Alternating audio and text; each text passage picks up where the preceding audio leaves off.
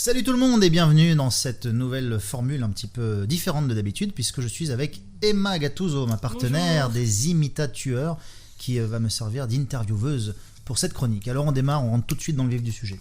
On rentre tout de suite, et bien écoutez, ça tombe bien parce que voilà, c'est son grand retour à la télévision et on l'a avec nous dans cette vidéo, on en a de la chance. Bonjour Nicolas Sarkozy. Bonjour Emma.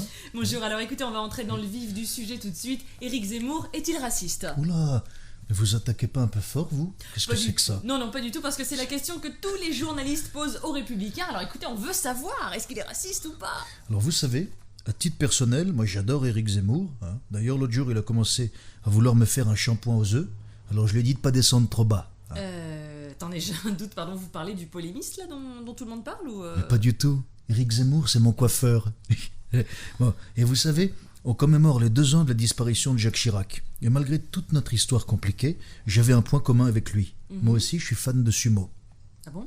Oui. Écoute, première nouvelle. Pourquoi que tu crois que je soutiens Xavier Bertrand ? J'ai dit à Xavier, t'inquiète mon gros, dans cette prochaine élection présidentielle, tu risques de peser. Et je parle pas que de la balance. Xavier, fais-la comme Joe Biden avec l'Australie. Fais-toi discret, joue-la en scred, en soum-soum. Merci. Mon conseil en politique, le mieux est toujours d'agir en sous-marin. Voilà, merci Monsieur le Président. Sans transition sur CNews, Pascal Pro agit lui plutôt à visage découvert. Oui, bonjour, absolument, c'est un sondage explosif qui révèle la poussée médiatique d'Éric Zemmour. C'est une déflagration des bruits qui courent dans les rédactions parisiennes, tout comme la nouvelle idylle d'Éric Zemmour, bien sûr, cette collaboratrice que tout le monde connaît bien. La une de Paris Match était un secret de Polichinelle. Oui, bon écoutez, merci Pascal, maintenant vous arrêtez un petit peu avec vos bruits de couloir là, c'est pas bien, écoutez. Les ragots, allez recentrez-vous et recentrons s'il vous plaît le débat. Sur le Coran de la Mecque, je vais te fumer. Voilà l'insulte qui était destinée à Éric Zemmour, sans doute un fumeur de crack qui était en plein sevrage. Oui, voilà, il avait besoin d'une dose, il cherchait un truc à fumer et s'est tombé sur Zemmour. Voilà tout, Pascal. Autre victime d'agression aujourd'hui, ou plutôt c'était hier, le président Macron a reçu un G2 alors qu'il était en déplacement. Monsieur le Président, après la gifle, maintenant l'œuf, vous n'avez pas peur ?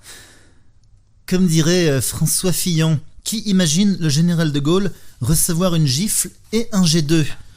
Mes chers compatriotes, ma nouvelle crainte, c'est de recevoir une grosse vache sur la tronche. Après tout, qui jette un œuf, jette un bœuf. Brigitte m'a sermonné et m'a dit texto « Emmanuel, limite tes bains de foule ». C'était une contrepétrie. Elle m'avait dit quasi la même chose au moment de l'affaire Benalla. « Emmanuel, limite tes fins de boule ». Voilà. Merci, Monsieur le Président, c'est sympa. Mais attendez, j'ai une grande annonce à vous faire. Vous savez, le prix du gaz et le prix du rouleau de PQ va monter. Vous voyez le lien ? Gaz, rouleau de PQ, c'est dans la continuité. Eh bien, nous allons faire dans chaque centre commercial comme à Pantin. Nous allons construire un grand mur de la honte. Non pas pour isoler les toxicomanes de Paris, mais pour isoler les riches des pauvres. Ceux qui pourront encore s'offrir du PQ et les autres, qui, comme l'ensemble des Français, vont en chier. Je précise d'ailleurs que les pneus neige seront obligatoires à compter du 1er novembre dans de nombreux départements. Mais les traces de pneus, elles, seront formellement interdites dans tous les slips de France. Oui, y compris dans celui de Delphine Ernotte qui doit se faire dessus au vu des audiences. Et oui, le service public ne va pas fort. L'animateur Nagui a misé sur une toute nouvelle émission, un télécrochet pour contrer The Voice, baptisé The Artist. Mais malheureusement pour lui, c'est un cuisant d'échec. Et oui, bonjour à tous, bonjour. Et oui, c'est vrai que personne veut prendre ma place. Je suis presque en train de regretter d'avoir cédé la mienne à Laurence Boccolini. Allez, une dernière question pour la route. Duo carré cash, qui sera le prochain James Bond ? Un homme, un martien, un transgenre, une gonzesse ? Oui. En tout cas, si c'est une nana, on va passer de vodka martini à rosé pamplemousse. Oui, merci. Et surtout, n'oubliez pas de bien penser soyez vegan et fuck Éric Zemmour. Ciao, ciao, ciao. Merci Thibaut. Alors dernier invité, c'est notre canois Philippe Bouvard qui fête son 68e, non pas anniversaire, mais livre intitulé On s'en souviendra.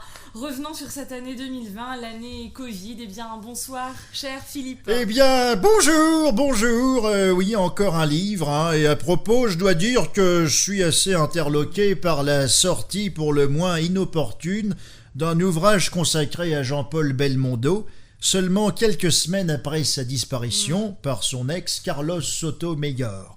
On peut le dire, leur union c'était vraiment pour le meilleur et pour le pire, hein. Très bien.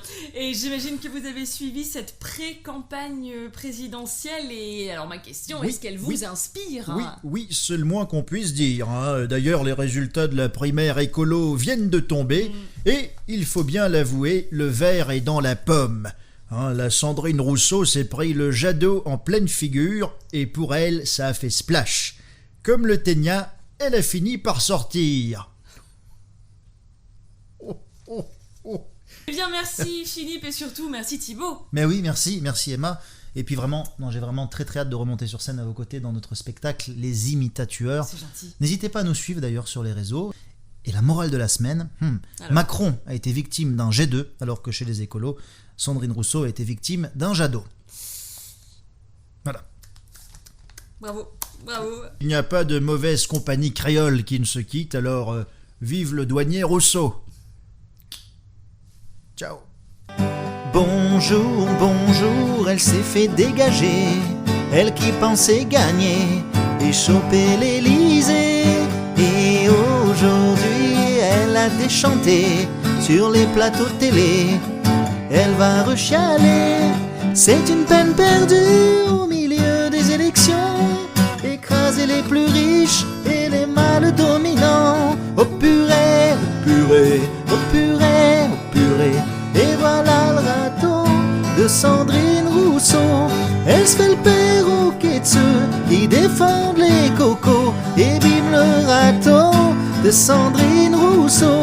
La primaire écolo, c'est pour Yannick Jadot. Oh,